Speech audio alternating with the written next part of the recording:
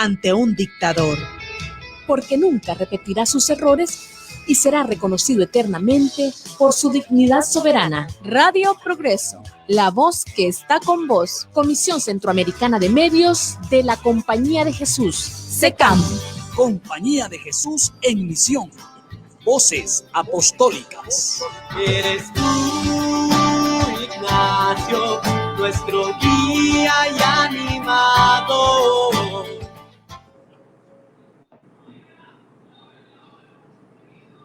Compañía de Jesús en misión, Voces Apostólicas. Bienvenidas, bienvenidos amigos y amigas que nos sintonizan en Radio Progreso. La voz que está con vos, tu radio amiga, tu radio compañera.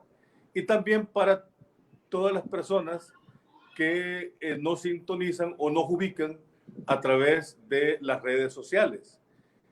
Compañía de Jesús, Voces Apostólicas, busca a través de este espacio, y Radio Progreso es uno de los servicios que quiere dar, vincular la misión de la Compañía de Jesús a través de voces que directamente están en distintos apostolados, en cualquiera de los países o incluso de los continentes. Ahora, yo tengo el gusto de compartir con ustedes aquí en Compañía de Jesús en misión Voces Apostólicas, de compartir esta plática, esta tertulia, pues, con Karina Fonseca. Y es que, Karina, cuando te miro, se me ocurren muchísimos temas, muchos temas, porque se me hace que estoy contigo, Karina, en torno a una taza de café o a un vaso de agua, y claro, si fuese tarde, probablemente con alguna copita de vino tinto, que en alguna ocasión también hemos compartido. Por eso estar con Karina Fonseca es estar con compañeras y compañeros, porque además con Karina compartimos el encuentro del trabajo apostólico de la Compañía de Jesús en una comisión centroamericana que se llama Comisión Provincial del Apostolado Social, la CEPAS, que conforma apostolados sociales como Radio Progreso y el ERIC, y nos juntamos para evaluar, para hacer análisis de la realidad y buscar una respuesta que sea más eficaz desde la misión de la Compañía de Jesús, desde el apostolado social. Entonces te doy la bienvenida, querida Karina, aquí a la Compañía de Jesús en misión Voces Apostólicas en Radio Progreso, y se me ocurre comenzar ya preguntándote, ¿con quién estoy hablando? ¿Quién es Karina Fonseca? Vamos a ver, ¿quién es esa mujer con la que hoy estamos aquí platicando en Radio Progreso? Bueno, muy buenos días, querido Melo. De verdad que atesoro esos momentos tan bonitos que hemos compartido durante tantos años alrededor de café, de agua y de ese vino tinto que ojalá lo volvamos a repetir. Y bueno, un gran saludo para toda la gente que nos está viendo, que nos está escuchando. Karina Fonseca, una mujer que se acerca a los 45 años, costarricense, directora del Servicio Jesuita para Migrantes en Costa Rica, desde más de 15 años vinculada a la Compañía de Jesús. También comunicadora social y madre de 3 niños. Bueno, un muchacho de casi 17, una adolescente de 13 y un niño de 5. Entonces, pues, una variedad de elementos para compartir, pues, quién soy y cómo me vinculo también a la Compañía de Jesús, Melo. Karina, yo he tenido el gusto de compartir contigo y con la familia. Y algo que a mí me ha impresionado porque ayuda a romper esquemas es que Carlos Sandoval, tu esposo, que además es académico e investigador de la Universidad de Costa Rica, tiene, y lo he visto yo compartiendo iguales responsabilidades con los 3 ya muchachos, jovencitas y muchachos, con igual responsabilidad. Y sé, por ejemplo, que cuando Carlos tiene que salir de viaje, Karina se responsabiliza. Pero cuando Karina tiene responsabilidades también, tanto dentro como fuera de Costa Rica, Carlos se responsabiliza. Quiero hacer este reconocimiento porque somos parte de una familia desde donde nos toca dar señales testimoniales de una sociedad que queremos construir para todo el mundo, en Costa Rica, en Centroamérica y en América Latina, querida Karina.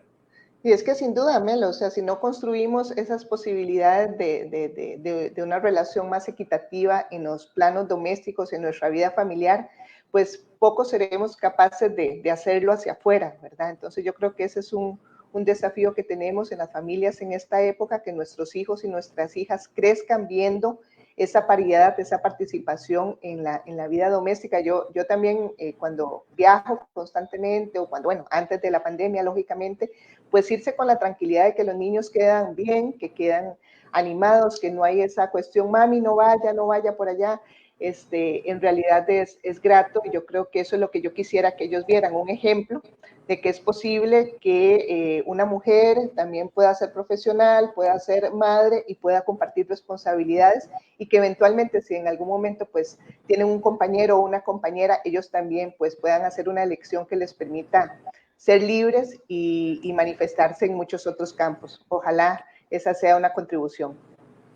Tu dimensión pública apostólica, Karina, te vincula con el Servicio Jesuitas para Migrantes, SJM, en Costa Rica. Cuéntanos, Karina, ¿cuál es tu trabajo y cómo se sitúa hoy en este tiempo de la pandemia? Bueno, llevamos 15 años, yo estoy aquí en Costa Rica desde el Servicio Jesuita, una obra social que acompaña sobre todo población migrante y refugiada. El principal grupo que acompañamos son las personas nicaragüenses, por muchos años en temas de comunicación, de incidencia, de acompañamiento directo, de ayuda humanitaria. En realidad hemos tratado de constantemente ir proponiendo temas y acciones que correspondan a las necesidades más sentidas de la gente. Vivimos una época muy compleja y lo que yo estoy convencida, Melo, y amigos y amigas que nos ven y nos escuchan, es que si la pandemia no nos trae una lección fuerte para reinventarnos como humanidad, pues lógicamente no vamos a dar un paso adelante, sino un paso atrás. O sea, realmente todo el tema de la migración nos enseña la importancia del respeto, de la solidaridad, de la hospitalidad, pero también del reconocimiento de la interdependencia, ¿verdad? Yo soy una persona que puedo reconocerme en otras personas y de allí pues partir hacia una posibilidad de tener una humanidad más justa, donde nos sintamos huéspedes de esta casa común y que dejemos de odiarnos, de romper esos esquemas. Y yo creo que la migración forzada da cuenta mucho de ese desafío que tenemos como humanidad en este momento, Melo, y la pandemia pues nos pone y nos desnuda en todo nuestro esplendor. O somos parte del odio o hacemos sociedades más justas, más inclusivas, más respetuosas, y yo creo que en eso también tenemos que ir aprendiendo, aunque nos duela muchísimo en esta circunstancia que enfrentamos a nivel mundial. Karina, a ti fue la primera persona a la que yo escuché cuestionando el concepto de normalidad o incluso de nueva normalidad. Me dejó revoloteando, pero después eso me permitió también ahondar en la reflexión y retomar esa propuesta de la nueva normalidad desde una perspectiva crítica. ¿Dónde está, Karina, tu cuestionamiento y la base del debate alrededor de ese término, de ese concepto de normalidad en el marco de la post-pandemia? Claro, yo creo que ahí lo que tenemos que observar con muchísimo cuidado es que hay una aspiración a que vamos a volver a un lugar donde vamos a estar más cómodos o que vamos a estar bien o que vamos a retornar a condiciones más favorables. Pero yo creo que nos olvidamos que las grandes mayorías de este planeta enfrentan a diario antes de la pandemia y probablemente mucho peor después de la pandemia situaciones muy adversas. Entonces, de alguna forma, este concepto de nueva normalidad o de volver a la normalidad o de retornar a las mismas condiciones que teníamos antes es bastante perversa porque deja por fuera a la inmensa mayoría de la población mundial. Entonces, yo creo que el desafío precisamente es eso, cuestionarnos, reflexionar, debatir sobre el concepto de normalidad y decir, bueno, ¿qué es lo que queremos exactamente o qué entendemos por normalización de las cosas? Si no empezamos a debatir sobre el tema de normalidad en sí misma, vamos a incurrir en un error y en un retroceso. Es decir, ya todo lo que nos parecía normal en mucha medida también era injusto y nos hacía como alimentar desigualdades. ¿Qué quiero decir con eso? Es normal una persona heterosexual, es normal que las mujeres no tengan una participación más decidida o más presente en los espacios de iglesia. Es normal que dejemos por fuera a las personas con alguna discapacidad de la participación comunitaria o de la vida pública. Entonces yo creo que más bien es eso, ¿verdad? Es entender que la pandemia nos trae un mensaje que no es que tenemos que volver a un punto o que volveremos a estar bien, porque en realidad la gran mayoría de la población mundial no está bien, y en eso tenemos que saber reflexionar y hacer propuestas desde otro lugar. Y desde ese otro lugar, también nos va a doler a los que de alguna manera tenemos una posición poco más cómoda en este planeta. Karina, una vez que pase esta prolongadísima cuarentena, que tiene sus altibajos, como tú y yo sabemos, algunas veces, por ejemplo, en Costa Rica se dice, hemos dado en el clavo para detener el virus, pero de pronto hay un rebrote. Aquí en Honduras, por ejemplo, se nos habla de una apertura, entre comillas, inteligente, que no es sino responder únicamente al criterio económico y, por lo tanto, genera todavía más condiciones de mortandad.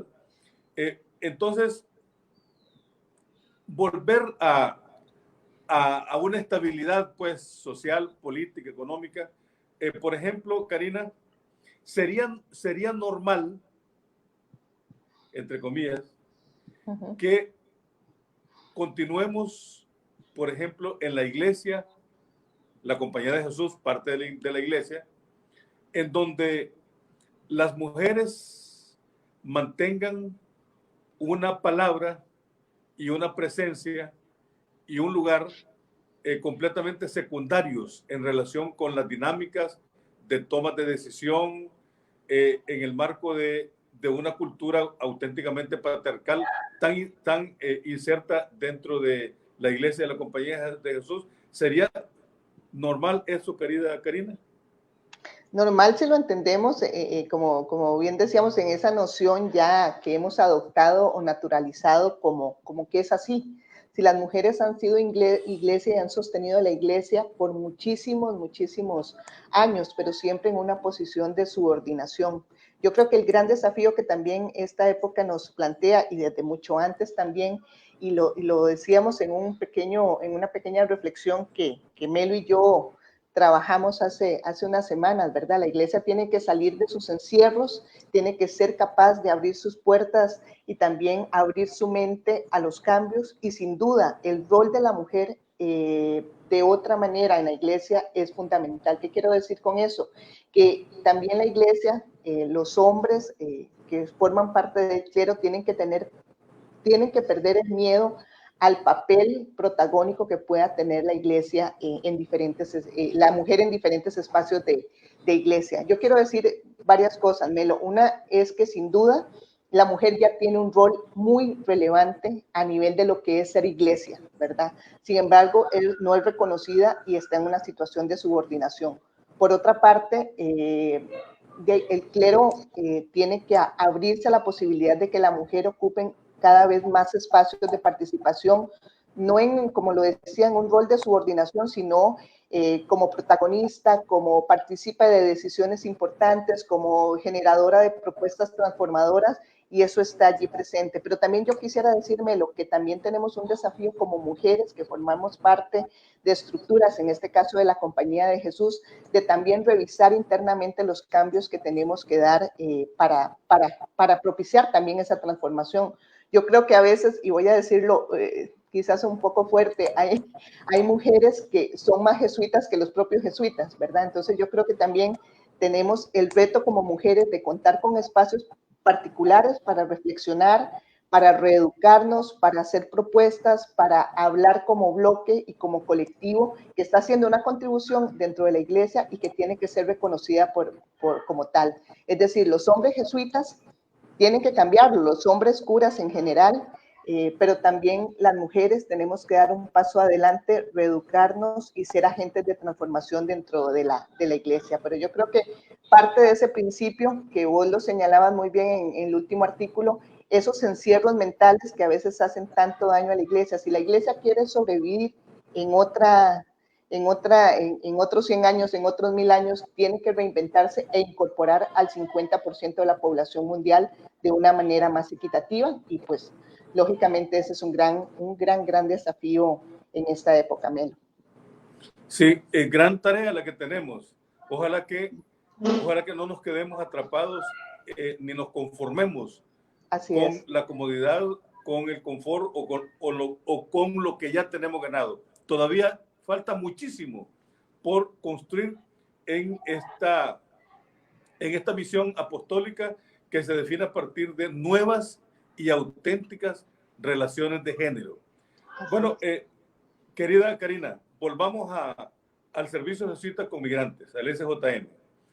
Una palabra clave que además tiene que ver con los SJMs en general, pues de Costa Rica, de Nicaragua, de Honduras, de México, etcétera, pero que especialmente te la he escuchado propuesta de comunicación alrededor de esto, es la palabra hospitalidad. Hospitalidad. ¿Cómo vive? Cuéntanos un día concreto, un día ordinario del SJM desde esa palabra clave, hospitalidad, Karina. Bueno, yo creo que lo más importante cuando hablamos de hospitalidad es que podamos, a través del acompañamiento directo que realizamos, identificar situaciones que puedan ser críticas para las personas y también experiencias positivas. Entonces, sí, lo que procuramos es que la hospitalidad esté muy presente en cada una de las cosas que hacemos, no solo en la forma de atención directa que los compañeros del equipo dan a cada una de las personas, de los casos, el seguimiento cercano. A veces ni siquiera podemos resolver una situación de mucho apremio para alguna familia, pero por lo menos estar allí, escuchar, poder dar una palabra de aliento, poder reconocerles como un igual, no como alguien que llega a pedirme caridad, sino más bien alguien con quien puedo sentirme cercano, es un sello que hemos tratado de que a lo largo de los años esté presente en el quehacer del servicio jesuita, pero también reconocer las experiencias de hospitalidad que son muy valiosas a nivel de país, porque siempre hablamos del odio, de la xenofobia, de la discriminación, pero nos falta cada vez más hablar, y eso lo procuramos hacer desde los esfuerzos de comunicación que tenemos, de las experiencias locales de hospitalidad, de solidaridad, de cariño de la misma gente costarricense. Teníamos un caso, yo siempre lo recuerdo, de una señora nicaragüense que sufría violencia por parte de su pareja y fue acogida por un grupo de mujeres ticas que hacían sorteos, que hacían rifas en su barrio para poder ayudar a la señora a regularizar su situación migratoria y no tener esa situación de dependencia tan dramática que vivía de su pareja agresora. Entonces yo creo que en esa posibilidad que tenemos como equipo, no solo de dar una palabra de aliento y acompañar desde la dignidad a las demás personas que nos visitan, sino también de reconocer y hacer visibles esas experiencias de hospitalidad, de cercanía que la misma población costarricense es capaz de dar. Y si eso logramos un paso más adelante, traducirlo en estrategias de comunicación, en campañas, en mensajes que le lleguen a más personas, pues con aún mayor fuerza lo podemos impulsar. Y yo creo que en esa medida fue el gran acierto de haber presentado La Nica, una obra, un monólogo el sábado pasado que tuvo una gran acogida a nivel nacional e internacional, que pudimos transmitirlo por los canales del Servicio Jesuita y del Teatro La Polea. Y yo creo que buscar esas formas creativas, inspiradoras, que toquen el corazón de las personas para dar cuenta no solo de las experiencias exitosas, sino también de los desafíos y los retos y de las vergüenzas que debemos sentir también cuando no actuamos de manera correcta con otro ser humano, Mel. Sí, amigos y amigas, para los que nos acaban de sintonizar, ustedes están participando de este programa Compañía de Jesús en Misión Voces Apostólicas. Y en este día tenemos la grata presencia de compañía y plática con tertulia con Karina Fonseca. Ella es costarricense y coordinadora del Servicio Jesuita con Migrantes de Costa Rica. Y platicando con ella, ahora en este momento, Karina, se me ocurre preguntarte, a raíz de lo siguiente, un día de estos, justamente cuando estábamos entrando a una de las etapas más mortíferas aquí en Honduras de la pandemia, fuimos sorprendidos con una nueva caravana de compatriotas que agarraron camino. Probablemente no llegaron muy lejos porque los sistemas represivos ahora están mucho más profundos, pero mucha gente decidió salir, lanzarse, arriesgarse como nunca lo hizo. En Costa Rica, en tu trabajo, ¿ha disminuido la migración de costarricenses, de nicaragüenses a Costa Rica, o se ha mantenido? ¿Cómo está la situación actual de la migración en relación con la pandemia, Karina? Bueno, quizás una situación que nos tiene muy preocupados es que, bueno, era una migración que ya ya los últimos estudios señalado como que se había estabilizado en cierta medida, ¿verdad? El flujo migratorio de nicaragüenses. Recordemos que Costa Rica es un país de 5 millones de habitantes y más o menos el 9% corresponde a personas extranjeras, migrantes, refugiadas, principalmente de origen nicaragüense. Con el cierre de fronteras, hay que decir, ¿verdad?, que con el inicio de la pandemia y las medidas de cierre que estableció el gobierno de Costa Rica, una de las primeras acciones tuvo que ver con la frontera norte, principalmente en el caso de nicaragüenses. Entonces, formalmente, la frontera está cerrada. Sin embargo, la frontera norte, que son 300 y pico de kilómetros, es altamente porosa. Entonces, sí tenemos información y se ha dado de personas que están transitando por la frontera norte e ingresando a Costa Rica. Ahora bien, con el gran riesgo del tema de mantenerse en una situación clandestina por la preocupación de ser deportados o ser rechazados en un punto cercano a la frontera. Sin embargo, yo creo que algo que se ha discutido más recientemente es que los grandes, por decirlo así, promotores o provocadores del ingreso irregular de personas migrantes a Costa Rica pasa por los grandes empresarios de los agronegocios, sobre todo piña, naranja, muchos otros productos que están en la zona norte que lo que hacen es buscar mano de obra en situación precaria. Entonces, lo que te puedo decir es que sí se mantiene cierto flujo, hay muchísimo control fronterizo, pero no olvidemos además que desde hace 2 años, desde abril del 2018, con las movilizaciones de personas nicaragüenses producto del régimen orteguista, ingresaron a Costa Rica más de 80,000 personas, huyendo del régimen y de la represión de Ortega Murillo. Entonces sí ha habido como dos momentos, ¿verdad? Un momento que tuvo que ver con este gran flujo de cerca de 80,000 personas que están como solicitantes de refugio en Costa Rica, y ahora con el cierre de fronteras, una cifra que se nos diluye, que no podemos tener con mucha claridad, que es la gente que de manera clandestina, pues penosamente sigue ingresando buscando una oportunidad de vida a Costa Rica, que no es la mayoría, y que siempre hemos tenido el cuidado, Melo, de que no se relacionen a estas personas como los provocadores o los contagiadores de la pandemia, ¿verdad? Que ese es un gran riesgo que tenemos en el trabajo con migración forzada aquí en Costa Rica. Sí, o sea que mientras continúen las condiciones que en la raíz dan origen a la migración, sí, como en el caso de Costa Rica o en el caso de Honduras, nada podrá detener la migración, ni fronteras, ni endurecimiento de leyes, ni represiones. Esto es lo que uno va quedando, lo va dejando uno claro, este fenómeno pues, de la migración. Sin pretender, querida Karina, que sea adivina, pero además tienes una enorme capacidad para saber mirar para adelante. ¿Cómo adviertes el futuro de la migración en Costa Rica y en Centroamérica? ¿Y cómo adviertes que ha de ser la respuesta que deberá seguir dando el SJM?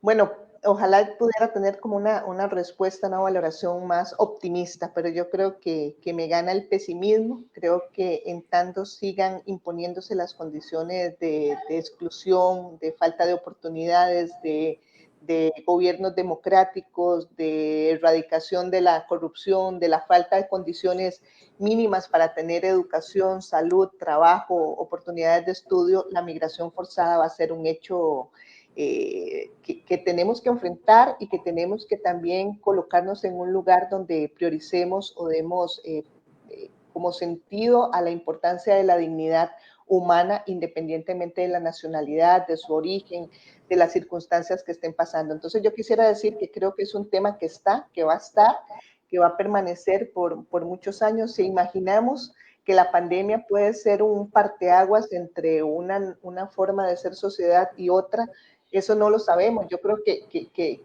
es más nuestra aspiración de que efectivamente así sea, pero lo que yo auguro más personalmente e institucionalmente, como lo vemos en Costa Rica, es que la migración forzada va a seguir dándose, va a seguir aplastándonos y va a seguir también desangrando a nuestra Centroamérica.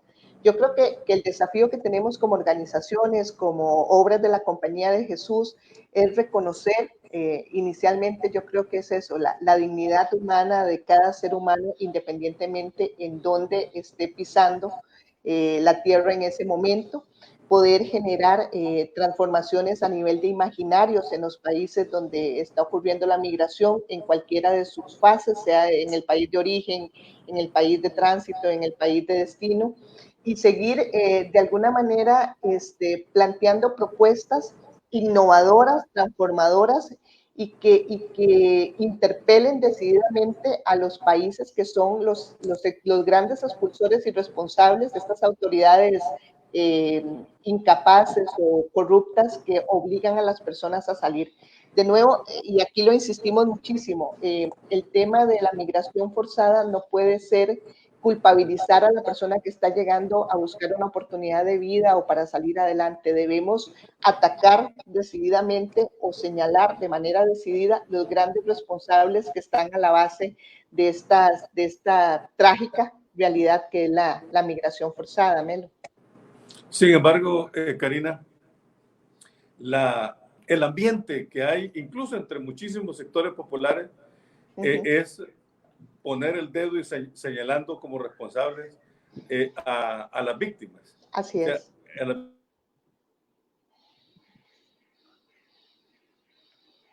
Que se van porque son políticamente no encajan, se van porque van buscando un bienestar cuando lo podrían hacer dentro de su país. Es decir, mientras las víctimas cargan con las consecuencias de un modelo productor de migración forzada, se genera, y los medios de comunicación son expertos en esto, ambientes y estereotipos de acusar y de estigmatizar a las personas, a las familias, a los pueblos que se han visto en la obligación de emigrar. Bueno, Karina, es cierto, el panorama es sombrío, es pesimista y por mucho que queramos adornarlo, está con sus tendencias y dinámicas que se sitúan en la injusticia y en la exclusión. Pero Karina Fonseca yo no la conozco como pesimista. No. Al contrario, cuando tenemos reuniones, siempre estoy esperando, y lo digo aquí,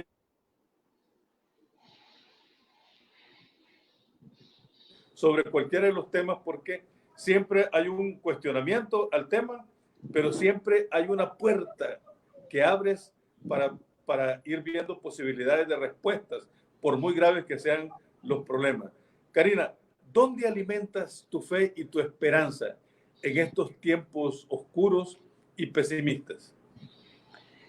Bueno, yo diría, Melo, y te agradezco por traerme de vuelta un momentito al optimismo. Yo creo que el alimento en la capacidad de poder escuchar de manera activa, de siempre pensar que la imaginación, como bien lo señalabas, es una puerta de salida, ¿verdad? No simplemente conformarnos y decir, aquí ya no puede suceder nada. Si podemos imaginar, ser creativos, versátiles, ágiles, proponer desde la escucha activa, yo creo que eso también puede ser un elemento que nos siga inspirando a tratar de generar cambios, pero además nos pueda conectar con algo que está también a la base de la migración forzada. Yo creo que las personas que se ven obligadas a dejar su país tienen una imaginación y una esperanza muy fuerte, ¿verdad? Muy sólida. La posibilidad de decir, bueno, voy a llevar mejores condiciones de vida a mi familia, me la juego del todo al todo. Entonces yo creo que quienes tenemos voces y posibilidades para incidir en el tema migratorio debemos dejarnos llevar por la imaginación, por la creatividad y por la versatilidad, pero siempre poniendo como base la escucha activa, eso que es lo que yo creo que nos hace más humanos y un elemento clave, la empatía en este vínculo con las personas que acompañamos, Mel. Bueno, Karina, personas como tú, no solamente las necesitamos en la compañía de Jesús, sino enriquecen la misión. Porque además de ser creativa, eres en el mejor de los sentidos incómoda, porque siempre estás abriendo temas de debate y de cuestionamiento. Muchas veces no nos gustan los debates que nos lleven a cuestionar estabilidades, a cuestionar. Karina Fonseca, a ti que te estoy viendo y estoy platicando, las necesitamos, son muy importantes y por eso quiero agradecerte por tu presencia en la compañía de Jesús y de una manera muy especial por estar aquí con nosotros en este programa de Compañía de Jesús en Misión Voces Apostólicas. Muchas gracias, Karina, y te dejo una última palabra. Bueno, muchísimas gracias. Me encanta eso de ser incómoda. Y nada más la última palabra que quisiera decir es que en realidad a veces he cuestionado mi ser feminista y estar en un espacio, digamos, de iglesia con hombres, donde hay un dominio masculino en muchísimos espacios, pero también pienso, Melo, que ahí es donde corresponde que una mujer feminista esté en estos espacios revolviendo las cosas, haciendo propuestas desde el respeto, generando cambios y siendo incómoda, donde también me he sentido a gusto, sabiendo que ustedes de alguna manera me escuchan y toman a bien las propuestas que podamos generar o hacer en esta coyuntura tan complicada, y también favoreciendo y haciendo crecer a la compañía de Jesús. Yo te agradezco muchísimo, Melo, que me hayas invitado a tu programa, y un gran abrazo para toda la gente querida de Radio Progreso y de Lérica, a quienes les tengo un enorme cariño. Sin duda que lo reciben. Muchas gracias entonces por acompañarnos y gracias a ustedes, amigos y amigas de Radio Progreso, y para quienes también nos han ubicado, sintonizado a través de las redes sociales. Hemos estado participando en este espacio con Karina Fonseca en Compañía de Jesús en Misión Voces Apostólicas. Mucho gusto y un abrazo para todas y todos ustedes. En Misión Voces Apostólicas. Eres tú, Ignacio, nuestro guía y animador. La voz que está con vos.